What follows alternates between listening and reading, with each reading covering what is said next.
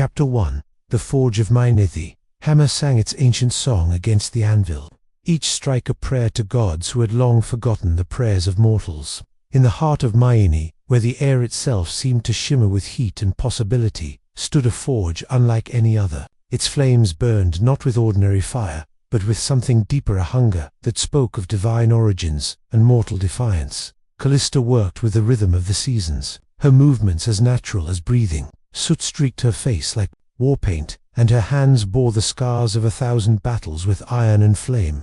She was not beautiful in the way poets sang of beauty. There were no golden locks or porcelain skin to inspire ballads. Instead, she possessed the kind of beauty that came from purpose, from hands that could shape the very essence of earth and fire into something greater than the sum of its parts. The villagers of Mythology had learned to time their days by the sound of her hammer. When the first strikes rang out with the dawn, they knew the day had truly begun. When the rhythm grew slow and contemplative in the evening, they knew the sun would soon set. And when the hammer fell silent, they knew Callista had found whatever perfection she sought in the metal. But tonight was different. Tonight, the forge burned brighter than it had in years, and the hammer's song carried a different tune, one of anticipation, of destiny approaching on silent feet. Callista had been working on a commission from the city of Argos, a breastplate for their champion. The bronze seemed to flow like liquid gold beneath her touch, conforming to shapes that existed only in her mind's eye.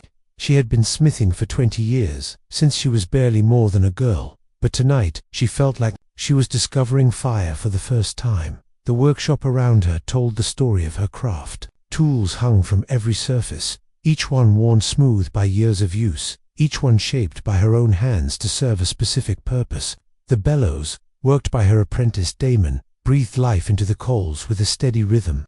The anvil, blackened by countless workings, stood like an altar in the center of the space. Weapons and armor, in various stages of completion, occupied every corner. Swords that would sing in battle, shields that would turn aside the mightiest blows, helmets that would protect the thoughts of kings and warriors. Each piece bore her mark, not just the symbol she pressed into the metal, but something deeper, something that spoke of the soul she poured into her work. "Mistress," Damon called from the bellows, his young voice strained with effort. "The coals burn strangely tonight. See how they dance." Callista looked up from her work, following his gaze to the heart of the forge. The coals did indeed dance, with the usual flickering of flames, but with deliberate, almost conscious movement. Colors swirled through the fire that had no name, hues that existed only in the realm of the gods. "Keep working," she said, though her voice carried a note of uncertainty. "The metal calls for heat, and we must answer." But even as she spoke, she felt a presence settling over the workshop like a cloak. The very air seemed to thicken, and the shadows in the corners grew deeper, more substantial. The hair on her arms stood on end, and for a moment, she could have sworn she heard the sound of divine laughter echoing from the flames. Outside, the village of Mythology settled into its evening routine. Fishermen mended nets by lamplight, mothers called children in from play, and the elderly gathered around fires that seemed smaller and colder than they once had. Few noticed the strange glow emanating from Callista's forge, and fewer still would have understood its significance. But in the halls of Olympus, where the gods feasted on ambrosia and plotted the fates of mortals, one figure sat apart from the rest: Hephaestus, the lame god of the forge, the outcast who had been cast down from heaven's heights, watched the world below with eyes that saw more than flame and metal. He had been watching Callista for months now, drawn by something he could not name. It was not love, not in the way mortals understood it. Gods did not love as mortals did. Their affections were vast and consuming, like storms that reshaped the landscape. But there was something in the way she worked, something in the devotion she showed to her craft, that called to the divine spark within him. Hephaestus had always been different from his fellow gods. Where they sought worship and sacrifice, he sought creation. Where they demanded submission, he offered partnership. His forge in Olympus was a place of wonder, where Cyclopes worked alongside him to create marvels that defied mortal understanding. But for all its divine grandeur, it lacked something essential: the desperate hunger of mortal ambition, the knowledge that time was finite and every moment at the forge was precious. As the moon rose full and red over Mythology, casting the world in shades of copper and gold, Hephaestus made his decision. he would descend, not as a god demanding worship, but as a craftsman seeking kinship with another who understood the sacred nature of creation, that the journey from Olympus to the mortal world was not one of distance but of will. Divine beings existed, in all places and none, limited only by their own desires and the ancient laws that governed the cosmos. Hephaestus wrapped himself in shadow and smoke, taking on the appearance of a weathered traveler, though no mortal disguise could entirely hide the divine fire that burned within his eyes. He appeared in Callista's workshop as she worked alone, Damon having gone home to his family for the evening. The forge still burned with that strange, otherworldly light, and the bronze breastplate glowed like a captured sunset on the anvil. Callista looked up as he entered, her hammer pausing mid-stride. She had been expecting someone not consciously, but with the deep intuition that came from years of working with forces beyond mortal understanding. Fire called to fire, and she had felt something approaching all evening. "Your work is beautiful," Hephaestus said, his voice carrying the rumble of distant thunder. "But you could achieve so much more, and you are?" she asked, though something in her tone suggested she already knew the answer would be both more and less than she expected. "A fellow craftsman," he replied, approaching the anvil. "One who understands the loneliness of creation." He reached out with one gnarled hand, not quite touching the glowing bronze, but hovering just above it. The metal responded to his presence, its surface rippling like water, forms and patterns emerging that spoke of battles yet to be fought and heroes yet to be born. "Show me," Callista said, setting down her hammer. "Show me what you see." What followed was not a night of passion, as mortals understood it, but something deeper and more profound. Two beings who had devoted their lives to the sacred act of creation found in each other a kindred spirit. They worked together through the night, their hands moving in perfect harmony, shaping metal into forms that existed at the boundary between the mortal and divine. The bronze breastplate became something more than armor. It became a work of art that would survive the fall of empires, its beauty inspiring generations of craftsmen to reach for heights they had never imagined possible. But more than that, it became the first creation of a partnership that would reshape the world. As dawn approached, Hephaestus knew he could not stay. The divine realm called to him, and there were laws older than civilization that governed the interaction between gods and mortals. But something had been set in motion that night, something that would echo through eternity. "Will I see you again?" Callista asked, as he prepared to leave. "Perhaps," he said, though they both knew the answer was more complex than a simple yes or no. "But part of me will always remain here, in the work we have done together." He vanished with the first light of dawn, leaving only the lingering scent of divine fire and the memory of hands that had shaped miracles from base metal. Callista stood alone in her workshop, surrounded by the tools of her trade and the echoes of a night that had changed everything. 9 months later, as the seasons turned and the world grew ever colder, Callista's son was born. Chapter 2. The birth of fire. The night Iron was born, every hearth in Myene flared to life simultaneously. Dying embers burst into roaring flames, cold ash rekindled itself, and even the stars seemed to burn brighter in the sky. The midwives, who attended Callista's birth, would speak of it in hushed tones for the rest of their lives, though most would never fully understand what they had witnessed. Thalia, the eldest of the midwives, had delivered half the children in Myene. Over the past for decades, she had seen difficult births and easy ones, children born with calls and others who came into the world fighting. But she had never seen anything like what happened in Callista's workshop that night. The labor had been long and difficult. Callista lay on a bed of furs beside her forge, the familiar heat and light of the flames providing comfort even in her pain. The other midwives, Petra, a young woman barely out of childhood herself, and Melania, a skilled herbalist, worked with practiced efficiency, but all three could sense that this was no ordinary birth. "The fire," Petra whispered, her eyes wide with fear.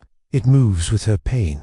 Indeed, the flames in the forge seemed to pulse in rhythm with Callista's contractions, growing brighter and more intense with each wave of pain. The shadows on the walls danced like living things, and the very air seemed to thicken with an air presence that made the women's skin crawl. "Hush, child," Thalia commanded, though her own voice carried a tremor of uncertainty. "Focus on your work." But even as she spoke, she could feel the power building in the room. It was like standing too close to a lightning strike, the air charged with potential energy that made her teeth ache and her hair stand on end. She had delivered children touched by the gods before she had been present at the birth of Achilles, had seen the way the fates themselves seemed to hover over his cradle, but this was different. This was not divine blessing but divine inheritance. The final stages of labor came with a rush of otherworldly light. As Callista bore down with the last of her strength, the forge erupted in a column of flame that reached toward the ceiling like a prayer made manifest. The metal tools around the room began to glow with their own inner light, and the very stones of the workshop seemed to sing with harmonics that existed beyond mortal hearing. When the child finally emerged, there was a moment of perfect silence. The flames in the forge died down to a gentle glow. The singing stones fell quiet, and even the wind outside seemed to hold its breath. Then Iron opened his eyes. They were not the blank, unfocused eyes of a newborn, but the knowing gaze of someone who had seen the birth of stars. They glowed with inner fire, the pupils dancing with flames that cast no heat but spoke of power beyond mortal understanding. And in that moment, the forge behind him roared back to life, not with ordinary flames, but with the sacred fire of creation itself. "He doesn't cry," Petra whispered, her voice barely audible. "The divine ones rarely do," Thalia replied, though her words carried the weight of ancient knowledge. "They come into the world already knowing their purpose." She lifted the child carefully, her experienced hands noting the unusual warmth of his skin, the way his tiny fingers seemed to reach toward the flames of the forge. There was no doubt in her mind about his parentage, the divine fire in his eyes, the way metal seemed to respond to his presence, the aura of power that surrounded him like a second skin. "He's touched by the divine," she said, the words both blessing and curse. "He's not meant to stay here long," Melania added, her gift for prophecy stirring in the presence of such obvious destiny. But Callista, exhausted from the birth but filled with the fierce love that comes to all mothers, held out her arms for her son. When she took him, the flames in the forge settled into a warm, steady glow that seemed to acknowledge her right to hold this child of two worlds. "His name is Orion," she said, and as she spoke the name, every piece of metal in the workshop chimed like a bell, as if the very elements were celebrating the arrival of one who would command them. The midwives cleaned up from the birth in unusual silence, each lost in their own thoughts about what they had witnessed. They had attended the birth of a demigod, a child born of mortal flesh and divine fire. Such births were rare beyond measure, and the children who resulted from them were destined for greatness or tragedy, or both. Before they left, Thalia pulled Callista aside for a private word. "The child will grow quickly," she said, her voice heavy with the weight of prophecy. "They always do. His divine nature will manifest early, and with it will come both gift and burden. The village will fear him, for they do not understand the divine when it walks among them, and there will be those who seek to use him for their own purposes." "Then I will protect him," Callista said, simply. "You will try," Thalia replied. "But destiny is not something that can be forged like metal or shaped like clay. It has its own will, its own purpose. Your son was born for something greater than life in my knee, something that will require him to leave everything he knows behind." She touched the child's forehead gently, and for a moment, her eyes took on the distant look of one who sees beyond the present moment. "He will steal fire from the gods themselves," she whispered, "and in doing so, he will change the world." The words hung in the air like a prayer and a curse combined. Callista held her son closer, feeling the warmth of his divine nature against her chest, and made a silent vow to give him whatever childhood she could before destiny claimed him. In the days that followed, it became clear that this would not be easy. Orion grew at an alarming rate, his divine heritage manifesting in ways that defied natural law. By the time he was 3 days old, he had the awareness of a child months older. By the time he was a week old, he was reaching for the tools of his mother's trade, with fingers that seemed to understand their purpose. The village of Mythology, already unsettled by the strange events of his birth, watched his rapid development with growing unease. Children who grew too quickly were often seen as cursed, and the divine fire in his eyes did nothing to ease their fears. Mothers pulled their own children away when he passed. Priests muttered prayers of protection, and the elderly crossed themselves and spoke of omens. But in the forge, surrounded by the familiar sounds and smells of his mother's work, Orion seemed perfectly at home. The flames responded to his presence, burning brighter and cleaner when he was near. Metal seemed to flow more easily, and the very air in the workshop felt charged with creative potential. Callista found herself caught between pride and worry. She loved her son fiercely, but she could not ignore the signs of his divine nature. He spoke his first word at 2 weeks' fire, and by the time he was a month old, he was walking with the sure stride of someone who had never doubted his place in the world. The other children of the village were afraid of him, and their fear spread to their parents. Soon Callista found herself increasingly isolated, her only regular visitors being the few customers brave enough to commission work from the mother of the strange child. But if the village feared Irion, the forge itself seemed to welcome him. As he grew from infant to toddler with supernatural speed, he spent more and more time watching his mother work. His eyes would follow every movement of her hammer, every manipulation of the flames, every subtle adjustment that turned raw metal into something beautiful and functional. By the time he was 6 months old, though he had the body and mind of a child several years older, he had begun to help with simple tasks. He could tend the bellows with tiny hands that never seemed to tire, could sort metal by type and quality with an instinctive understanding that amazed even his mother, and could predict when the forge needed more fuel or when the metal was ready to be worked. He has the gift, Callista told herself, watching her son organize a collection of iron rods with the precision of a master craftsman. The divine fire burns in him, and metal calls to metal. But even as she spoke the words, she felt the weight of the prophecy the midwives had spoken. This child was not meant for the simple life of a village smith.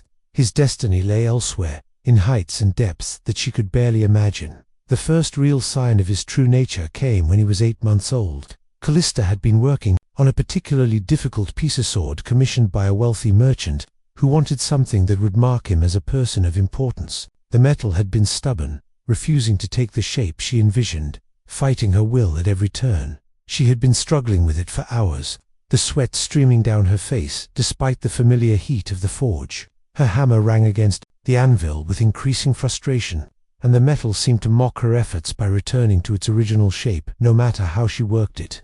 Irion, who had been watching from his place beside the forge, stood up on unsteady legs and walked over to where she worked. Without a word, he reached out one tiny hand and touched the glowing metal. The effect was immediate and profound. The metal seemed to sigh, its resistance melting away like ice in summer sunshine. It flowed into the shape Callista had been trying to achieve, and more than that, it became something better than she had imagined. A blade that sang with its own inner voice and gleamed with light that seemed to come from within. Mother and son stared at each other across the anvil, both understanding that something fundamental had changed. This was not just a child with an unusual talent for smithing. This was a being who could speak to metal itself, who could command the very elements to do his bidding. "The old blood runs strong in you," Callista whispered, remembering the stories her grandmother had told her about the time when gods walked openly among mortals. "Stronger than I ever imagined." From that day forward, Irion became her true partner in the forge. Together, they created works of art that defied belief, weapons that could cut through the hardest armor, shields that could turn aside the mightiest blows, and tools that seemed to possess their own intelligence. The commissions began pouring in from across the known world. Kings and heroes made pilgrimages to the small village of Mythology, drawn by stories of the miraculous work being done in Callista's forge. They came expecting to find some new technique or secret alloy, but what they found was something far more extraordinary: a child who could make metal sing. But with fame came danger. The gods themselves began to take notice of the work being done in the mortal realm, and not all of them were pleased. Some saw it as a challenge to their authority, others as a reminder of ancient rebellions they preferred to forget. And high, on Mount Olympus, in the halls where destiny was decided, the fates themselves began to weave new threads into the pattern of the world. The child of fire and metal was growing stronger with each passing day, and soon he would be ready to fulfill the prophecy that had been spoken at his birth. But first, he would need to learn not just the craft of smithing, but the deeper mysteries of creation itself. His true education was about to begin. Chapter 3: The education of a demigod. By his first birthday, though he appeared to be nearly 5 years old, Urian had already surpassed most adult smiths in skill and understanding. His hands moved with the confidence of centuries of experience, and his eyes held the deep knowledge that came from divine inheritance. But Callista knew that technical skill alone would not be enough for the destiny that awaited him. The forge had become a classroom unlike any other, Where most children learned their letters and numbers, Irian learned the secret names of metals, and the ancient songs that could coax fire from cold stone. Callista taught him not just the craft of smithing, but the philosophy behind it, the understanding that creation was a sacred act, a partnership between the craftsman and the raw materials of the world. Metal has memory, she explained one morning, as they worked together on a commission from the city of Thebes. It remembers the mountain it came from, the fire that separated it from ore, every hammer blow that has shaped it. When you work with metal, you must listen to those memories and work with them, not against them. Irian nodded, his young face serious with concentration. He had learned to read the whispers of heated bronze, to understand the secret language that silver spoke when it was ready to be worked. But more than that, he had begun to understand that smithing was not just about making things, it was about transformation, about taking the raw stuff of the world and revealing the potential that lay hidden within. "Show me," he said, holding out his hand toward the glowing metal on the anvil. Callista stepped aside, watching as her son approached the work. The piece they were crafting was a breastplate for the hero Theseus, a commission that had come with strict requirements and a generous payment. The bronze needed to be both beautiful and functional, protective enough to turn aside the strongest blows, while remaining light enough to allow for the swift movement that was Theseus's trademark. I placed his hands on either side of the glowing metal, not quite touching but close enough to feel the heat radiating from its surface. He closed his eyes and seemed to listen to something only he could hear, the voice of the metal itself, the story it wanted to tell. Slowly, deliberately, he began to work. His movements were different from his mother's, where she used strength and technique. He used something closer to persuasion. The metal flowed beneath his touch like water, reshaping itself, not because it was forced to, but because it wanted to. Patterns emerged on its surface that had never been planned, designs that seemed to capture light and hold it, transforming the simple breastplate into something that bordered on the miraculous. When he finished, both mother and son stared at the completed work in silence. The breastplate was undeniably beautiful, its surface decorated with scenes that seemed to move in the flickering light of the forge. But more than that, it radiated a sense of power that made the air around it shimmer with possibility. "How do you do it?" Callista asked, her voice filled with wonder despite all the miracles she had witnessed. "I ask the metal what it wants to be," Irian replied simply, "and then I help it become that." It was then that Callista realized her son had moved beyond anything she could teach him. His connection to the divine realm was growing stronger each day, and with it came abilities that transcended mortal understanding. He was becoming something new, neither fully human nor fully divine, but something unique and powerful. The realization filled her with both pride and fear. She had always known this day would come, but she had not expected it to arrive so soon. Her son was barely a year old, yet he possessed knowledge and abilities that masters of the craft spent lifetimes trying to achieve. As word of Orion's abilities spread, the forge began to attract visitors of a different sort. Where once they had received commissions from warriors and kings, now they found themselves hosting scholars, philosophers, and seekers of ancient wisdom. These men and women came not just to commission work, but to witness the miracle of a child who could speak to metal itself. Among these visitors was an old man named Chiron, who arrived one spring morning riding a cart pulled by a horse that seemed far too spirited for its elderly driver. He was dressed in simple robes that had seen better days, and his long beard was streaked with silver, but his eyes held the deep wisdom of ages. "I have come to see the boy," he said simply, when Callista greeted him at the door of the forge. "Many have come to see him," she replied, suddenly wary. There was something about this old man that set her on edge, a sense of power barely contained beneath his humble exterior. "But I am not many," Chiron said, and his voice carried the weight of absolute truth. "I am Chiron of the Centaurs, teacher of heroes, and I have come because the boy's education is far from complete." Callista felt her heart skip a beat. She had heard stories of Chiron, the wise centaur who had trained some of the greatest heroes in history. Achilles, Jason, Asclepius had learned at his feet, gaining not just skill in arms but wisdom in the ways of the world. "What could you teach him that I cannot?" she asked, though she already knew the answer. "The things that cannot be learned in a forge," Chiron replied. "The ways of the gods, the paths of destiny, the burden of power. Your son has abilities that place him among the greatest beings in the world, but with such power comes responsibility." He must learn to use his gifts wisely, or they will destroy him. Irian appeared at that moment, drawn by the sound of unfamiliar voices. He looked up at Chiron with eyes that seemed to see far more than a child's should. And for a long moment, the ancient centaur and the young demigod studied each other in silence. "You are the teacher," Irian said finally, his voice carrying a certainty that brooked no argument.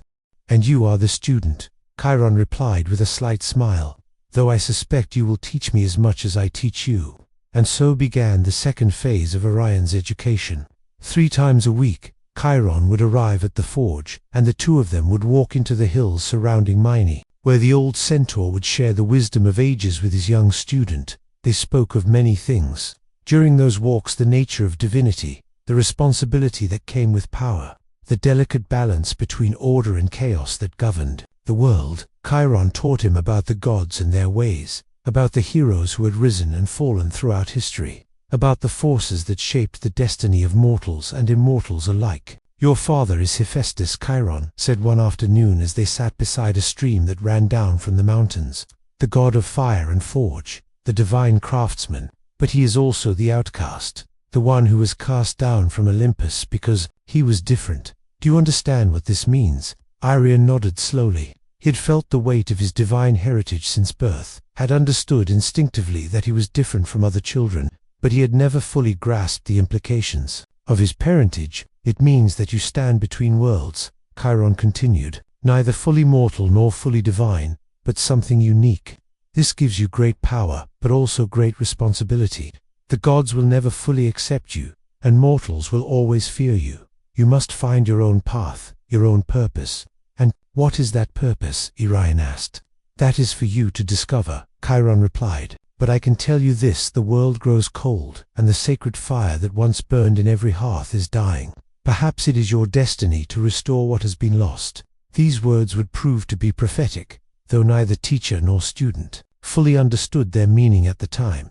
But as Irian's education continued, he began to sense something wrong with the world, a coldness that had nothing to do with the changing seasons, a dimming of the divine spark that had once made mortals more than merely human. The signs were subtle at first. Fires that had burned for generations began to gutter and die.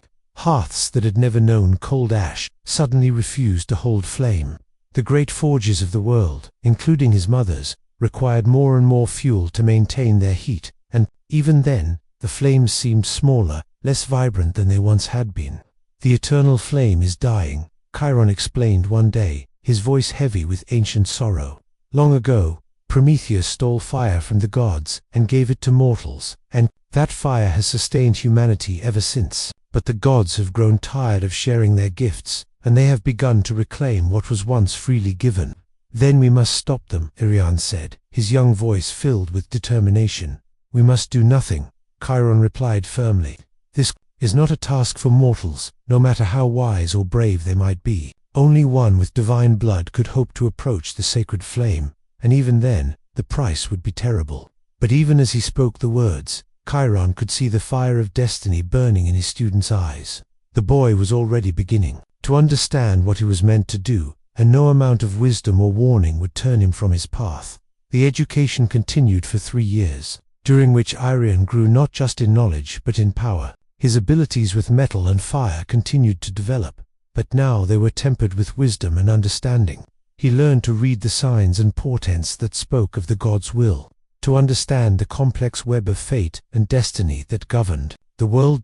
Most importantly, he learned about sacrifice. Chiron shared with him the stories of the great heroes, how they had given up comfort and safety to serve a higher purpose, how they had faced impossible odds and unimaginable dangers to protect those they loved. And slowly, Irian began to understand that his own path would require similar sacrifices.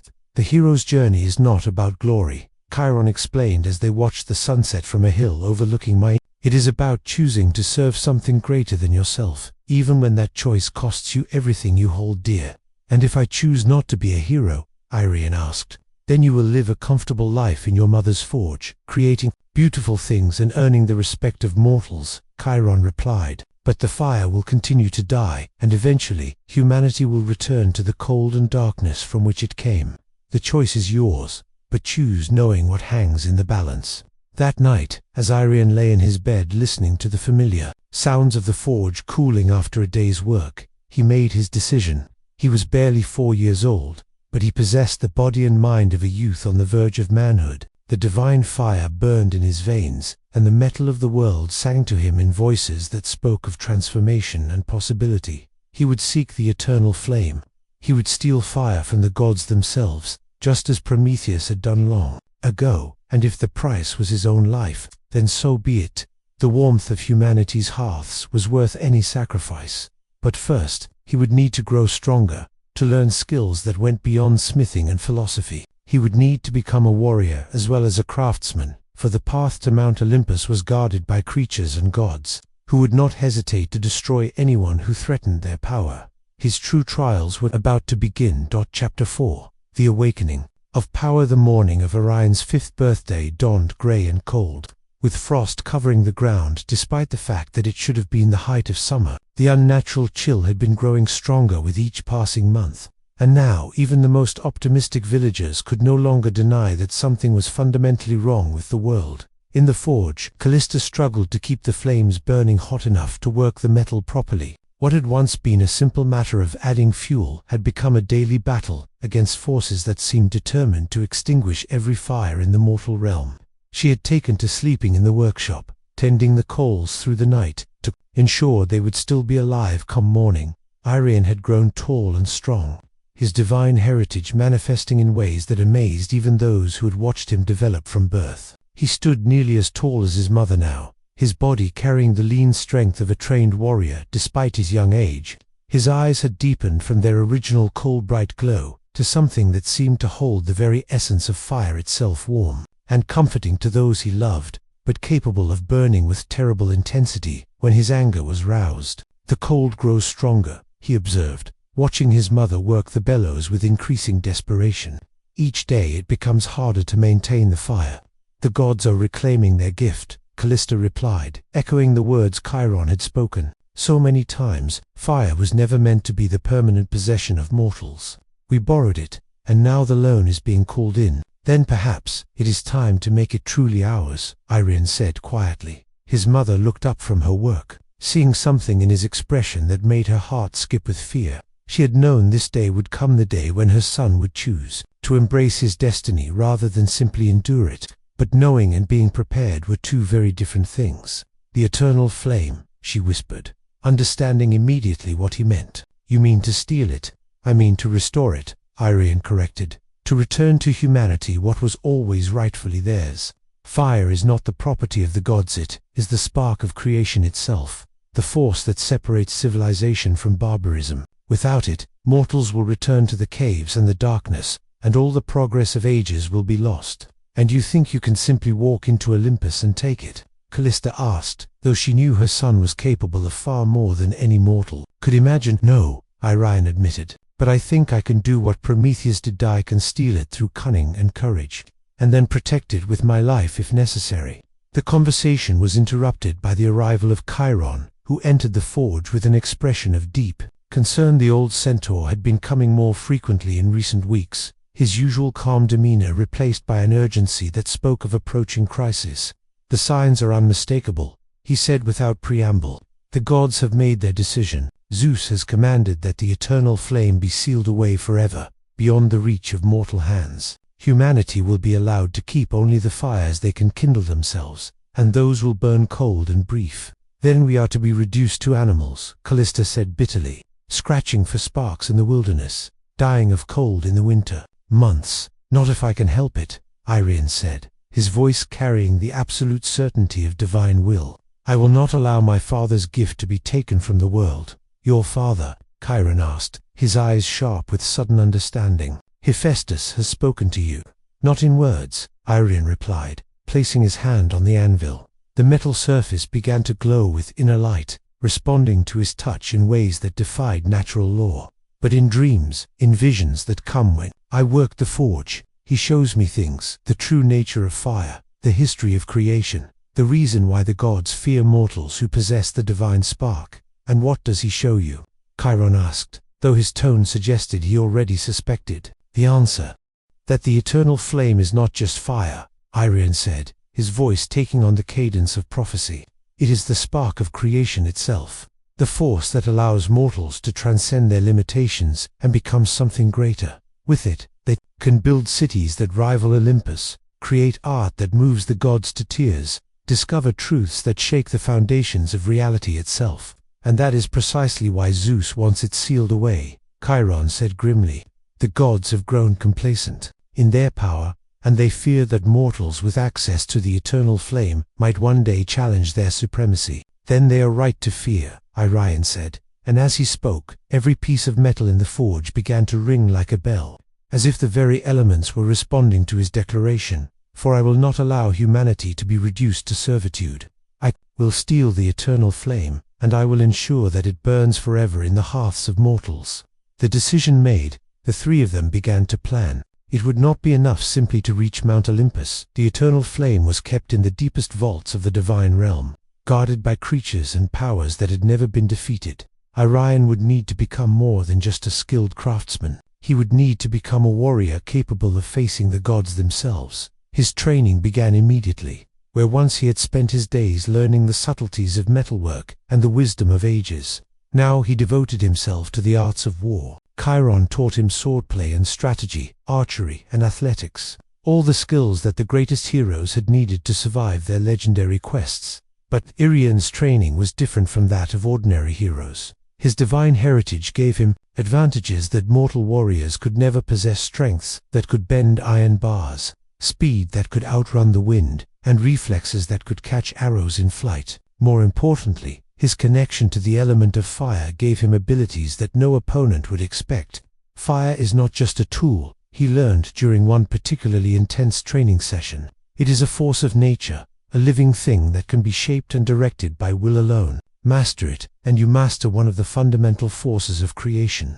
Under Chiron's guidance, Orion learned to weaponize his divine nature.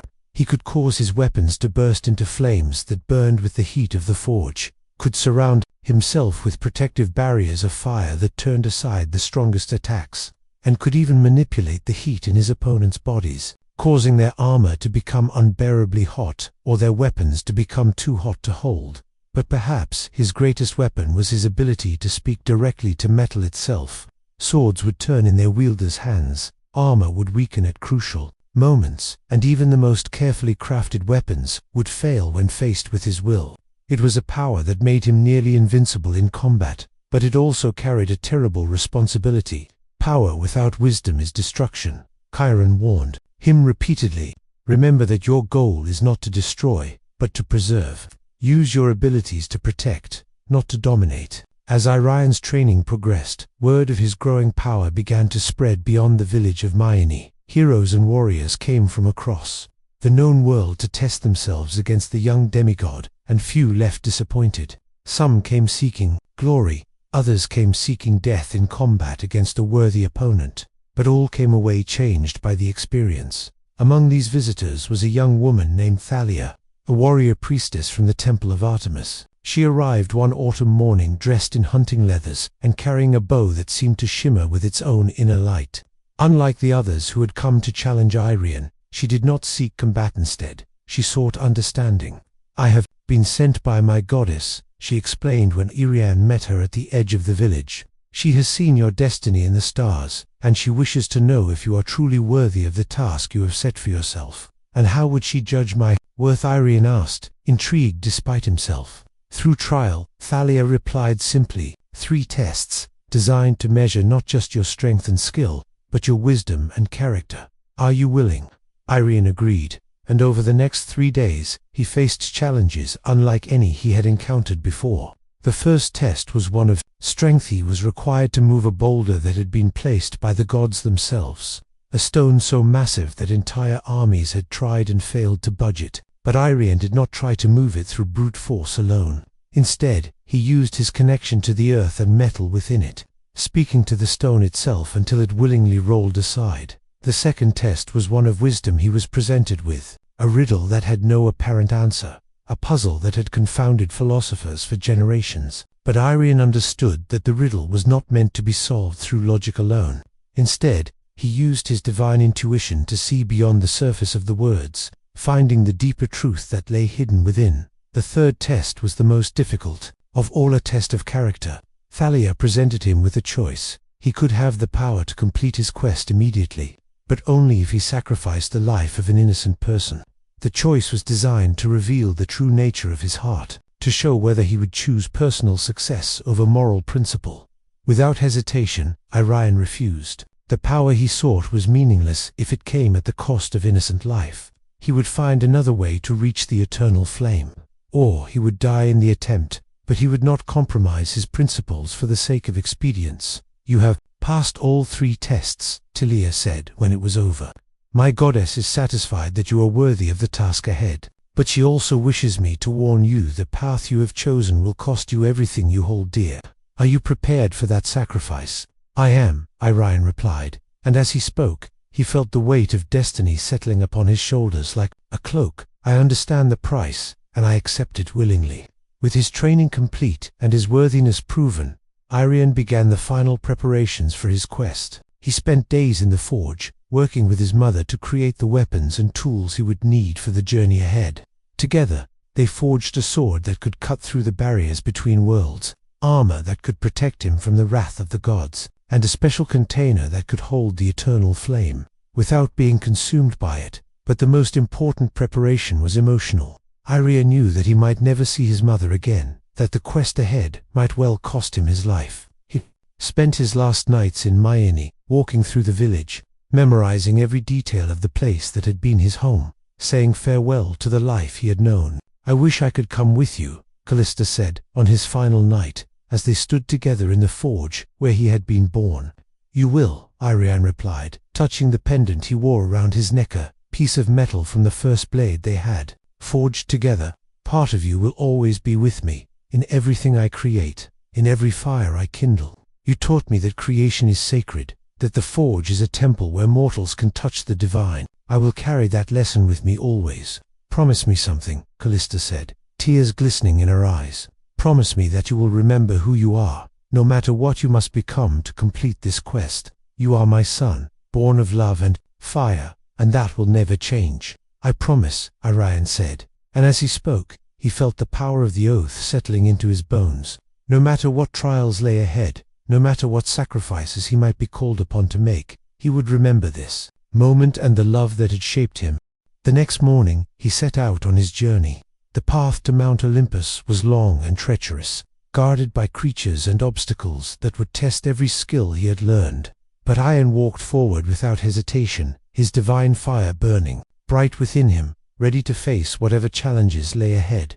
Behind him, the village of Mythology continued its slow slide into cold and darkness. The forge that had been his birthplace grew dimmer with each passing day, and soon even skill would not be enough to keep it burning. But ahead lay the eternal flame, and with it, the hope of salvation for all humanity. The greatest theft in the history of the world was about to begin.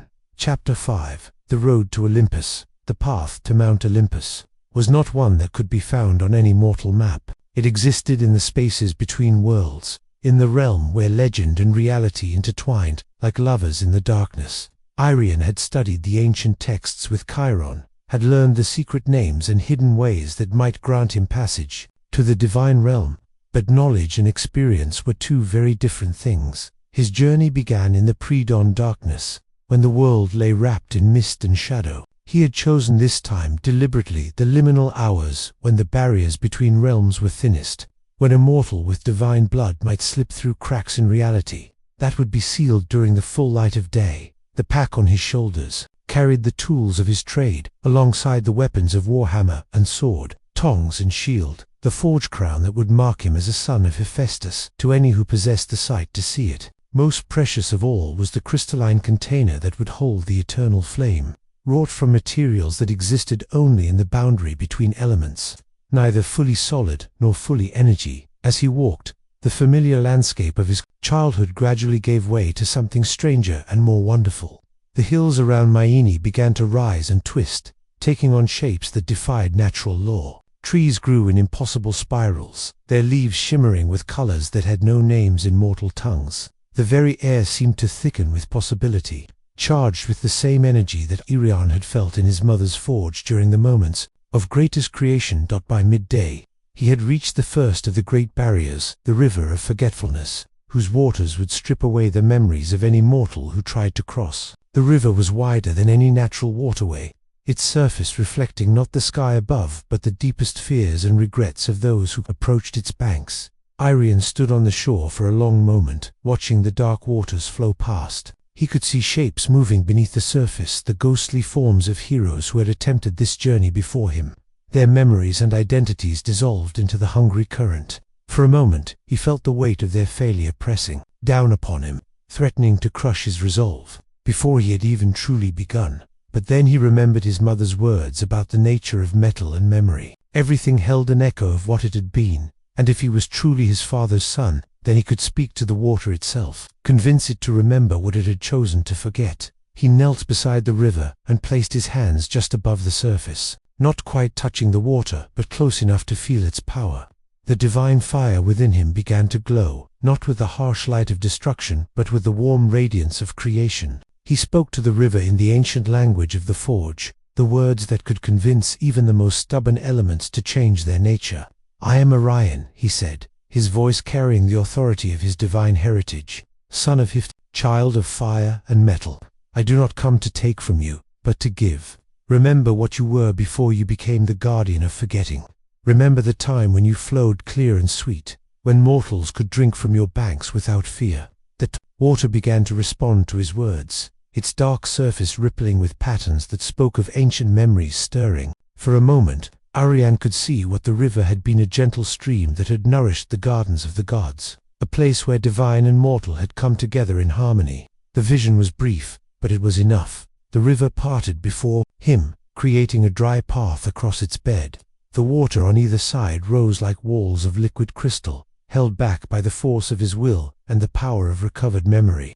Irian walked across quickly, knowing that the effect would not last long. Behind him, the waters crashed back together, sealing the passage and returning to their dark purpose. The second barrier was more dangerous, the forest of illusions, where the trees themselves were alive with malevolent intelligence. They whispered lies and half-truths to travelers, weaving webs of deception that could trap a soul for eternity. Many heroes had entered this forest and never emerged, their minds broken by visions of their deepest desires and greatest fears. Irian entered the forest with his divine fire burning bright around him, using its light to cut through the illusions before they could take hold. The trees whispered to him as he passed, their voices sweet and seductive, promising him everything he had ever wanted.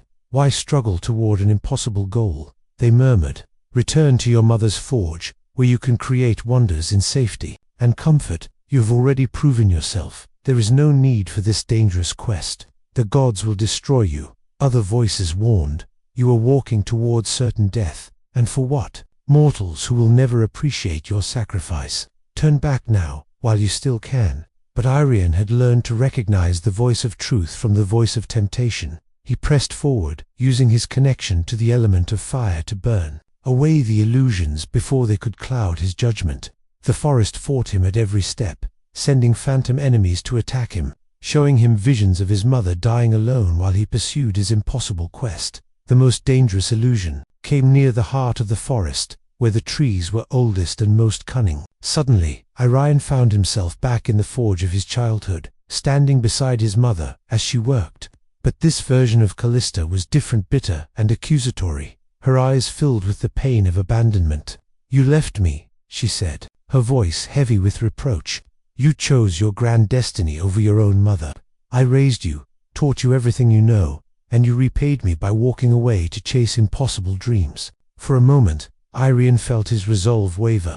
The illusion was so perfect, so emotionally devastating, that he almost believed it was real. But then he remembered the true last words his mother had spoken to him, words of love and support, not condemnation.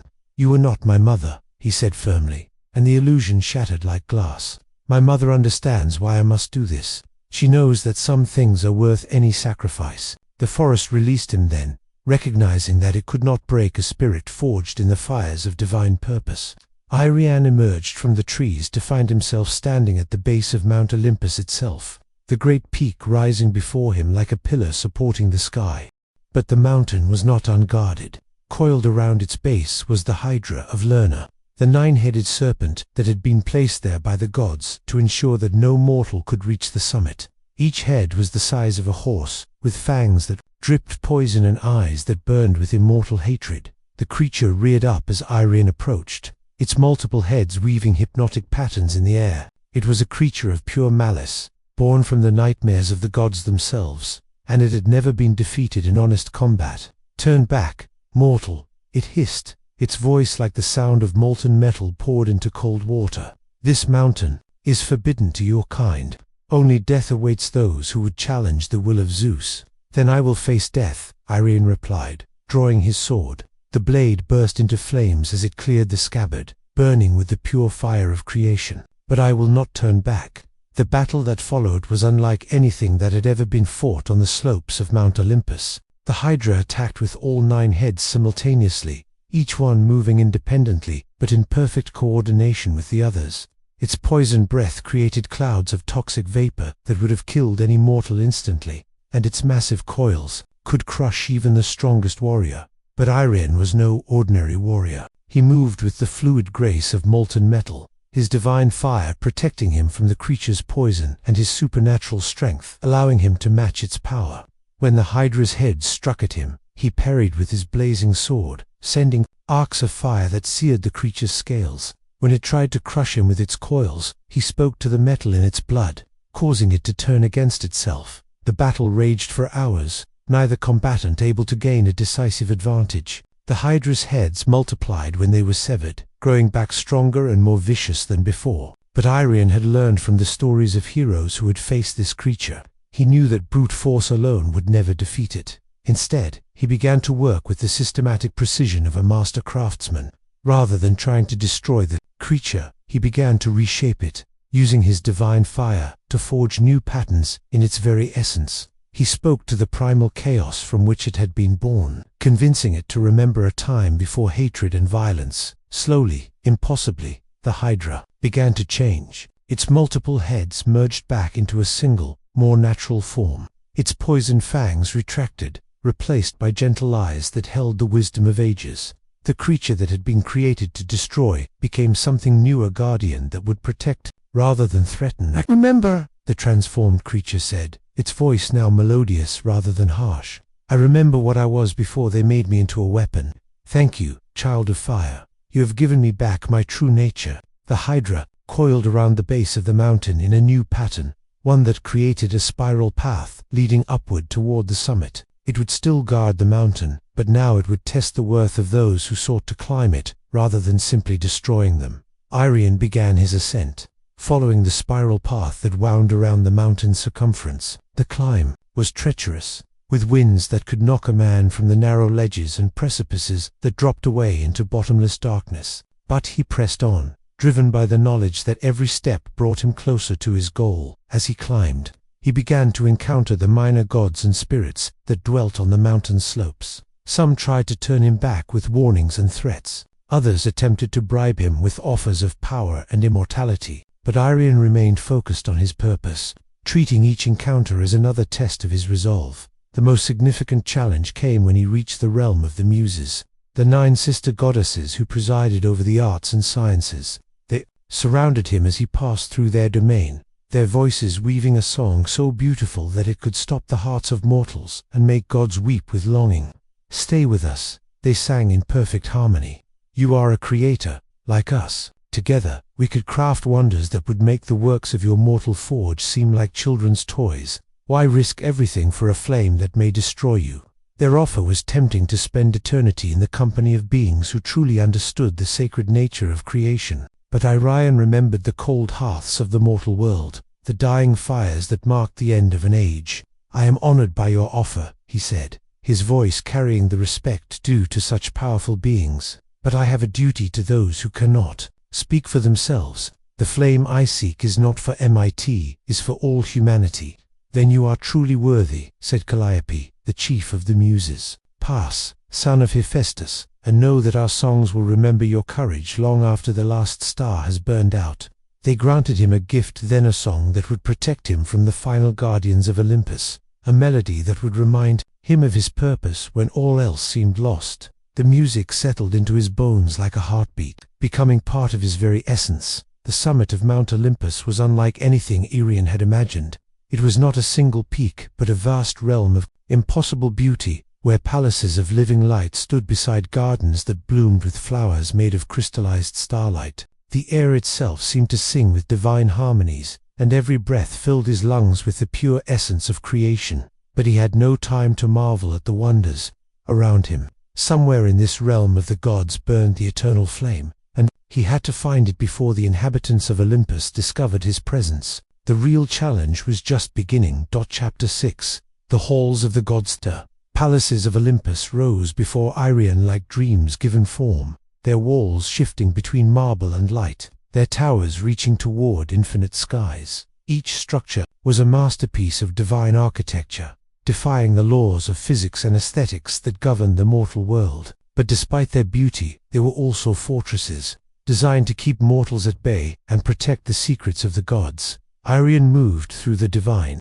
realm with the stealth of shadow and the purpose of flame. His divine heritage allowed him to partially mask his presence, appearing as just another minor spirit going about his business. But he knew that the deception would not last long. The gods were not easily fooled, and his mission carried with it an aura of destiny that would be difficult to hide. The eternal flame was kept in the deepest vaults of Zeus's palace, according to the ancient texts that Chiron had shared with him, but reaching those vaults would require him to pass through the throne room of the king of the gods, a chamber that was never left unguarded.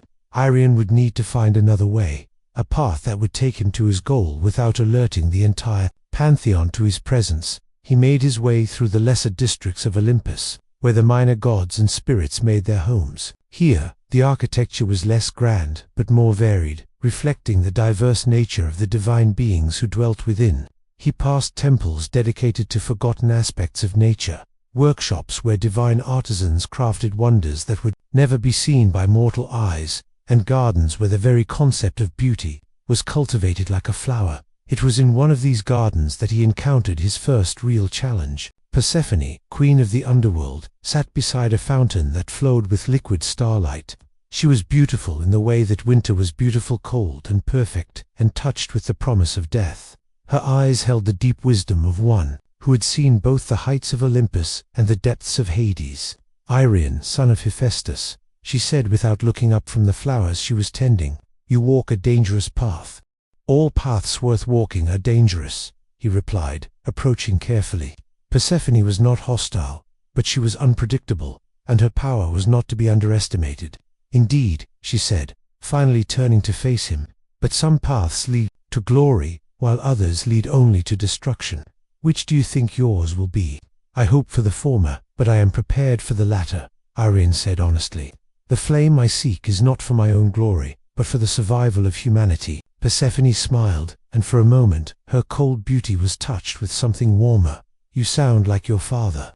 He, too, was willing to sacrifice everything for the sake of creation. But tell me, young one, what makes you think you can succeed where Prometheus failed?" "Prometheus was caught because he acted alone," Arion replied. "But I am not alone. I carry with me the love of my mother, the wisdom of my teachers, and the hopes of all mortals who huddle around dying fires.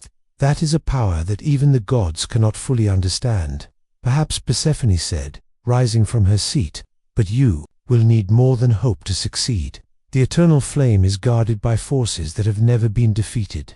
Are you prepared to face them?" "I am prepared to try," Arion said. "Then let me help you," Persephone said, reaching into her robes. She withdrew a small crystalline flower that seemed to capture and hold the light of the fountain. "This is a bloom from the garden of memory. It will show you the truth of what you face, stripping away all illusions and deceptions. But be warned, the truth is not always kind, and what you see may shake your resolve." Arion accepted the flower, feeling its power pulse against his palm. "Why do you help me? Surely you risk the wrath of Zeus by doing so." "I help you because I understand the value of defiance," Persephone replied. "I was taken from my mother and made queen of the dead, against my will, but I learned that even in the darkest places, there is room for hope. Perhaps it is time for mortals to learn that lesson as well." She vanished then, dissolving into shadow and starlight, leaving Arion alone with his thoughts and the precious gift she had given him. He tucked the flower into his robes and continued on his way. more determined than ever to succeed. His path led him through the district of the war gods, where the air itself seemed to vibrate with barely contained violence. Here, the architecture was harsh and angular, built from materials that looked like crystallized lightning and solidified rage. Warriors from across the ages trained in vast courtyards, their weapons clashing in endless rehearsals for battles that would never come. It was here that he encountered Ares, the god of war, standing in the center of a training ground where phantom soldiers fought eternal battles. The god was magnificent in his terrifying beauty, his armor forged from the screams of the dying and his weapons tempered in the blood of heroes. "So, the little smith thinks he can steal from the gods," Ares said, his voice like the sound of armies marching. "Tell me, boy, what do you know of war?" "I know that it is the failure of creation," Irion replied carefully. "When mortals can no longer build together, they turn to destruction instead." Ares laughed, a sound like thunder rolling across a battlefield, spoken like a true son of Hephaestus. "But you are wrong, young one. War is the ultimate act of creation. It creates heroes and legends. It forges nations and destroys weakness. Without war, mortals would grow soft and complacent. And without peace, they would never have the chance to grow at all." Irion countered. "The flame I seek is not a weapon, but a tool of creation. It will help mortals build wonders, not destroy them." "Words," Ares said dismissively. "Let us see if your actions match your philosophy. Face me in combat, son of fire. If you can defeat me, I will allow you to pass. If you cannot, you will join my eternal army." The challenge was one that Irion could not refuse without losing face, but he also knew that Ares was one of the most dangerous of the Olympian gods. The god of war had never been defeated in honest combat, and his power was legendary even among the immortals. But Irion had advantages that most challengers lacked. His divine fire gave him abilities that Ares might not expect, and his understanding of metal and creation provided him with unique tactical options. Most importantly, he fought not for glory or conquest, but for a cause greater than himself. The battle began with Ares charging forward, his spear crackling with divine energy. Irion met the charge with his own weapons, his sword blazing with the fire of creation. The impact when they met was like the collision of stars, sending shockwaves through the divine realm that made the very foundations of Olympus tremble. Ares was a magnificent fighter, his every move calculated for maximum destruction. His spear thrust with the force of avalanches, his shield blocked with the solidity of mountains. But Irion fought with a different kind of power, the focused intensity of a craftsman shaping his masterpiece. Where Ares sought to destroy, Irion sought to redirect. He used his divine fire not as a weapon but as a tool, reshaping the very battlefield to his advantage. When Ares' spear thrust at him, he spoke to the metal of the weapon, causing it to bend away from its target. When the god's shield blocked his attacks, he heated the metal until it became too hot to hold. The battle raged across the training ground, with phantom warriors scattering before the divine combatants. Ares pressed his attacks with increasing fury, but Irion's unconventional tactics began to take their toll. The god of war was accustomed to opponents who fought with strength and skill, but Irion fought with creativity and purpose. Finally, Irion saw his opening. As Ares raised his spear for a killing blow, Irion spoke to the metal of the god's armor, causing it to seize up at the joints. For a moment, the god of war was frozen in place, his own protection becoming a prison. "Yield," Irion said, pressing his blazing sword to Ares' throat. "I have no wish to harm you, but I will not be turned from my path." Ares stared at him for a long moment, his eyes burning with fury and something that might have been respect. Then, slowly, he began to laugh. "Well played, little smith," he said. "I have not been outmaneuvered like that in centuries. You fight like your father, not with brute strength, but with intelligence and will. Very well, you have earned passage through my domain." The god's armor released him, and he stepped back, lowering his weapons. "But be warned, what you face ahead is far more dangerous than a simple battle. The eternal flame is guarded by forces that do not understand mercy or honor. They will destroy you without hesitation if they can." "Then I will have to ensure they cannot," Irion replied, sheathing his sword. "Thank you for the warning, and for the test. I am stronger for having faced you.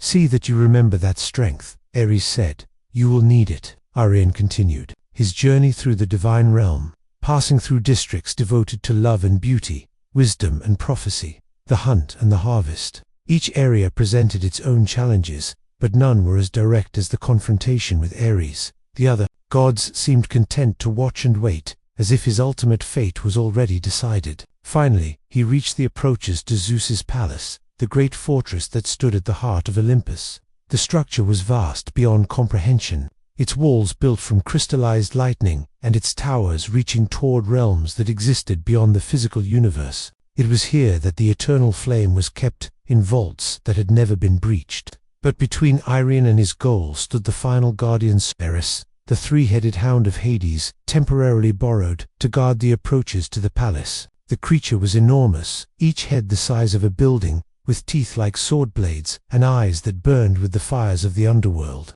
"None may pass," the creature growled, its three voices speaking in unison. "The king of the gods has decreed it, and we obey." Irion approached the great hound carefully, remembering the lessons he had learned from his confrontation with the Hydra. This creature was not inherently evil, it was simply doing its duty, protecting what it had been commanded to protect. Perhaps there was another way. "I am Irion, son of Hephaestus," he said, his voice carrying the authority of his divine heritage. "I come not as a thief, but as a liberator.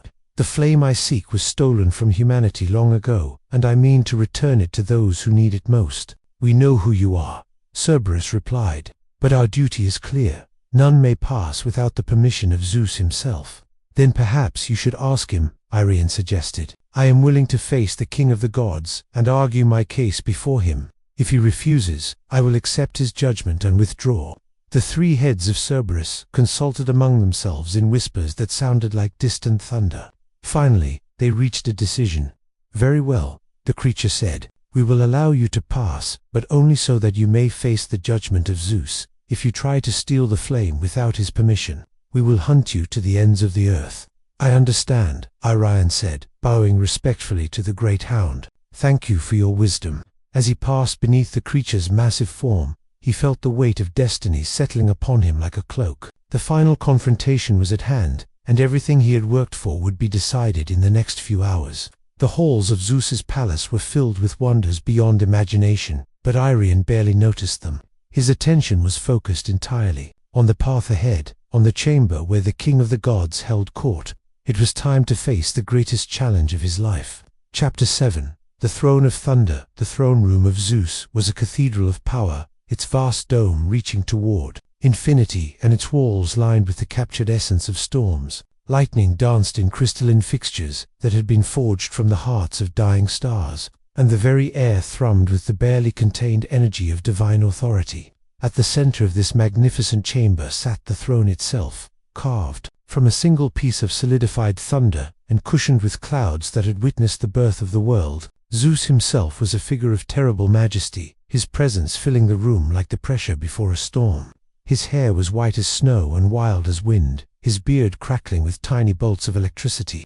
His eyes held the depth of the sky itself, and when he spoke, his voice carried the weight of absolute authority.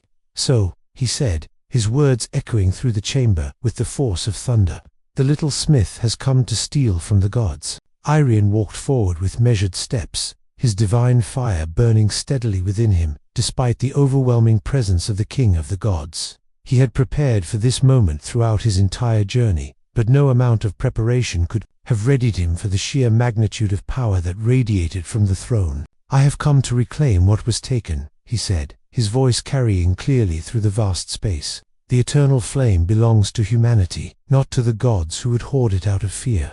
Zeus leaned forward on his throne, his expression shifting from mild interest to something more dangerous.